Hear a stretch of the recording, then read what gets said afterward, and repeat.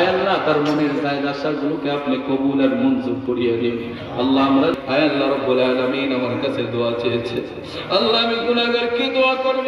আয় আল্লাহ তার মনের নেক উদ্দেশ্যকে আপনি কবুল আর মঞ্জুর করিয়ে নিন, জনগণের সেবক হিসাবে কবুল আর মঞ্জুর করিয়ে নিন। আয় আল্লাহ রাব্বুল আলামিন জনগণের হক যেন আদায় করে চলতে পারে বড় ভাইয়ের মতো তৌফিক দান করিয়ে দিন।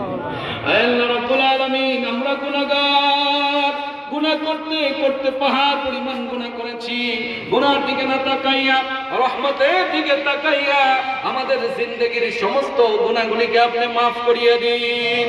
আয় আল্লাহ রাব্বুল আলামিন বাকি জিন্দেগিটুকু আপনার গোলামি করার তৌফিক দান করিয়ে দিন।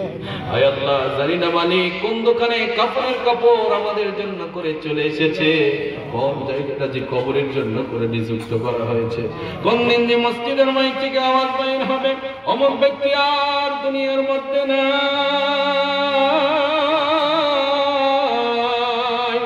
আয় আল্লাহ কোন দিন যে সুন্দর কাপড় খোলাইয়া খোলাইয়া সাদাবার কিন কাপড়ের মধ্যে পেঁচাই দিবে, আল্লাহ তার আগে পাক্কা ইমানদার পাক্কা মুমিন বানাইয়া নিও।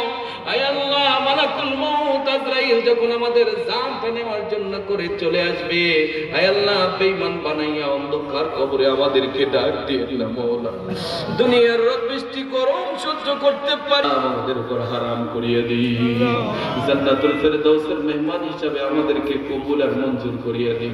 আল্লাহ মালাকুল মউত আজরাইল যখন আমাদের জানটা নিয়ে চলে যাবে উড়াল দিয়ে, আল্লাহ ওই সময় আমাদের গুনাহ মাখা জবান দিয়ে আপনার সেই মধুর কালেমা বাইর করে দিও, লা ইলাহা ইল্লাল্লাহ মুহাম্মাদুর রাসূলুল্লাহ।